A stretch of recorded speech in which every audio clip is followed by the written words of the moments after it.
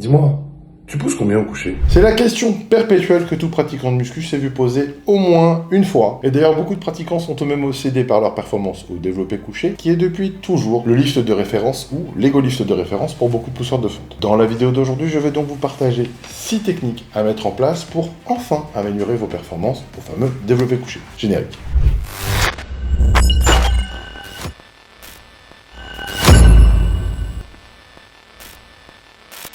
Bonjour à tous, je suis Big K, soyez les bienvenus sur ma chaîne YouTube. Je vous laisse bien évidemment, comme d'habitude, vous abonner à cette chaîne, ça c'est super important. Liker cette vidéo, ça aussi c'est super important. La partager, laisser des commentaires, etc. Tout est important en fait. Et faites-moi plaisir, bordel! Je vous invite aussi à venir découvrir mes offres de coaching, mes plans alimentaires et d'entraînement, ainsi que ma gamme de compléments alimentaires en cliquant sur les liens dans la barre de description ci-dessous. Allez, sans plus attendre, je vous partage ces 6 astuces pour améliorer votre force au développé couché. Premièrement, utilisez un style de powerlifter. Il y a vraiment 2 styles de développé couché, le style bodybuilder d'un côté et le style powerlifter de l'autre. La principale différence, c'est que dans le style powerlifter, on met le focus sur le fait d'avoir l'amplitude la plus réduite possible de manière à pouvoir soulever plus de poids. Donc on aura tendance avec ce style à adopter une prise plus large et à cramprer beaucoup plus le bas du dos. Attention toutefois, il faut quand même noter que le style powerlifter est un peu inférieur en termes de résultats sur la prise de muscle par rapport à la technique conventionnelle, puisque les recherches ont démontré qu'une amplitude complète est plus efficace pour stimuler l'hypertrophie comparativement à une amplitude plus réduite. Désolé, on peut pas tout avoir. Par contre, si votre but c'est de pousser plus lourd au coucher, alors dans ce cas, cambrer le bas du dos et prendre une prise plus large façon powerlifter sera effectivement quelque chose qui va vous aider. Attention toutefois, quoi qu'il arrive, à bien garder les fessiers au contact du siège quand vous poussez votre barre et à ne pas les décoller. Deuxièmement, appliquez le principe de la surcharge progressive. La surcharge progressive, c'est l'élément clé pour progresser en musculation et ça consiste à graduellement augmenter les stimulus que l'on place sur les muscles. Et non, se frapper violemment les pectoraux ne constitue pas un stimulus.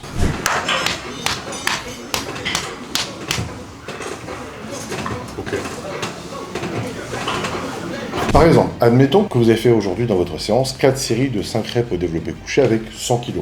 Et bien pour la prochaine séance, vous pourrez vous fixer pour objectif de faire 6 reps avec le même poids ou bien le même nombre de répétitions mais avec 102 kg 500 par exemple. Et si vous continuez à augmenter le stimulus que vous placez sur votre corps de cette manière, votre masse musculaire continuera à progresser et votre force aussi. Donc quoi qu'il arrive, essayez toujours de dépasser d'une manière ou d'une autre la performance de l'entraînement précédent. Alors en tant que pratiquant débutant ou intermédiaire, c'est relativement facilement faisable de gratter au moins quelques centaines de grammes ou quelques répétitions sur vos séries d'un training à l'autre, mais bien évidemment, une fois qu'on a atteint le niveau de pratique avancé, les progrès vont ralentir et il est évident que vous ne pourrez pas battre systématiquement vos performances des séances précédentes. C'est tout à fait normal et bien évidemment, il faut faire avec. Mais quoi qu'il arrive, vous devez toujours chercher à appliquer le principe de la surcharge progressive dès que vous le pouvez, parce que c'est la clé pour continuer à prendre de la force sur des exercices, y compris pour le développé couché. Troisièmement, gagner du muscle. Avez-vous déjà vu quelqu'un qui a un développé couché monstrueux, mais qui a des bras maigres et pas de pec? Je ne pense pas.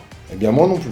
Et la raison est qu'il y a une grande relation entre le développement de la masse musculaire et la force. À titre d'exemple, on pourra citer une étude publiée dans le Journal of Strength and Conditioning Research qui a mis en avant le lien entre la taille des pectoraux et le poids maxi soulevé au développé couché et qui a démontré qu'il y avait effectivement une corrélation entre le développement de la masse musculaire des pectoraux et le maxi au couché, puisque dans cette étude, plus les pratiquants avaient des pectoraux développés et plus ils pouvaient pousser lourd. Il ne s'agit pas d'une étude isolée. D'autres recherches ont aussi montré un fort lien entre le développement de la masse musculaire et les performances chez des haltérophiles de haut niveau. En d'autres mots, même si les personnes extrêmement musclées ne sont pas forcément les plus fortes, pour autant, le fait de développer sa masse musculaire dans les bonnes conditions, avec un travail de force en parallèle, aide aussi à être plus fort. Quatrièmement, ayez un volume d'entraînement suffisamment élevé. Comme tout mouvement sportif, bien maîtriser le développé couché va vous demander du temps. Il vous faudra faire un nombre important de répétitions pour que le mouvement soit parfaitement maîtrisé, qu'il devienne naturel et qu'il pénètre bien votre système nerveux, afin d'obtenir une efficacité et une performance maximale. C'est la raison pour laquelle, par exemple, beaucoup d'haltérophiles de haut niveau pratiquent leurs mouvements d'arraché ou leurs épaules jetées jusqu'à 6 ou 7 fois par jour,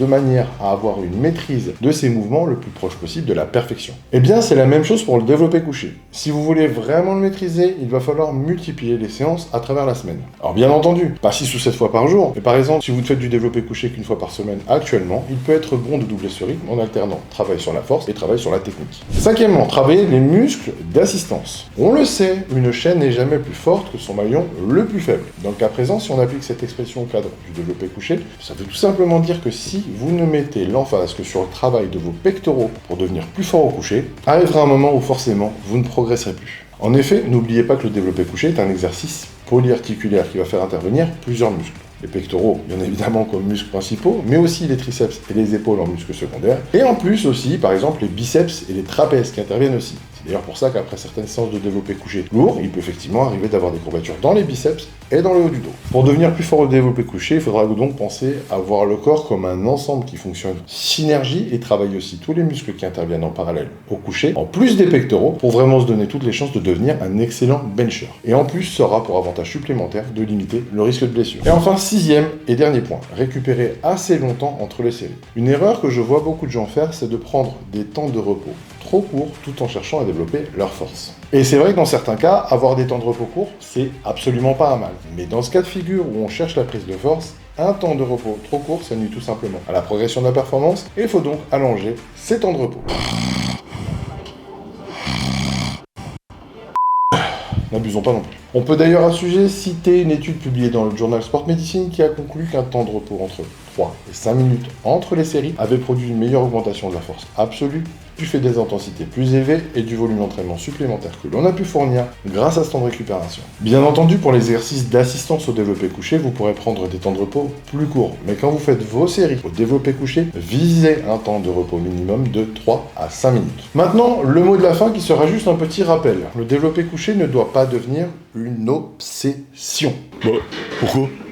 Et si je vous dis ça, c'est bien parce que ça fait 26 ans que je vais en salle de sport et je peux vous dire que des obsédés du développé couché, j'en ai pas vu un, j'en ai pas vu 10, mais j'en ai vu bel et bien des centaines. On a tous connu ce mec qui fait les pectoraux du lundi au vendredi avec un rappel le samedi et dimanche. Or, c'est évidemment une erreur. Déjà parce que clairement, travailler un muscle tous les jours ne lui laisse pas le temps de récupérer correctement, donc déjà de ce côté-là, tu oublies la croissance musculaire et la prise de force, mais aussi parce que ne travailler qu'un seul muscle en délaissant totalement les autres, ou presque, ne fera de vous qu'un candidat aux blessures et rien d'autre. Alors même si une poitrine surdéveloppée et une barre honorables au développé couché sont à vos yeux une référence, n'oubliez pas que vous devez considérer votre corps comme un ensemble et viser un équilibre général plutôt que la prépondérance écrasante d'un groupe musculaire sur tout le reste. En plus, c'est moche. Voilà, c'est tout pour aujourd'hui. J'espère que cette vidéo vous a plu et qu'elle vous sera utile. N'hésitez pas à vous abonner à cette chaîne, à liker, à partager, à commenter sous cette vidéo et surtout, n'oubliez pas d'activer les notifications pour être averti à chaque sortie de nouvelles vidéos. Pour tous vos besoins en compléments alimentaires de haute qualité, n'hésitez pas à vous rendre sur mon site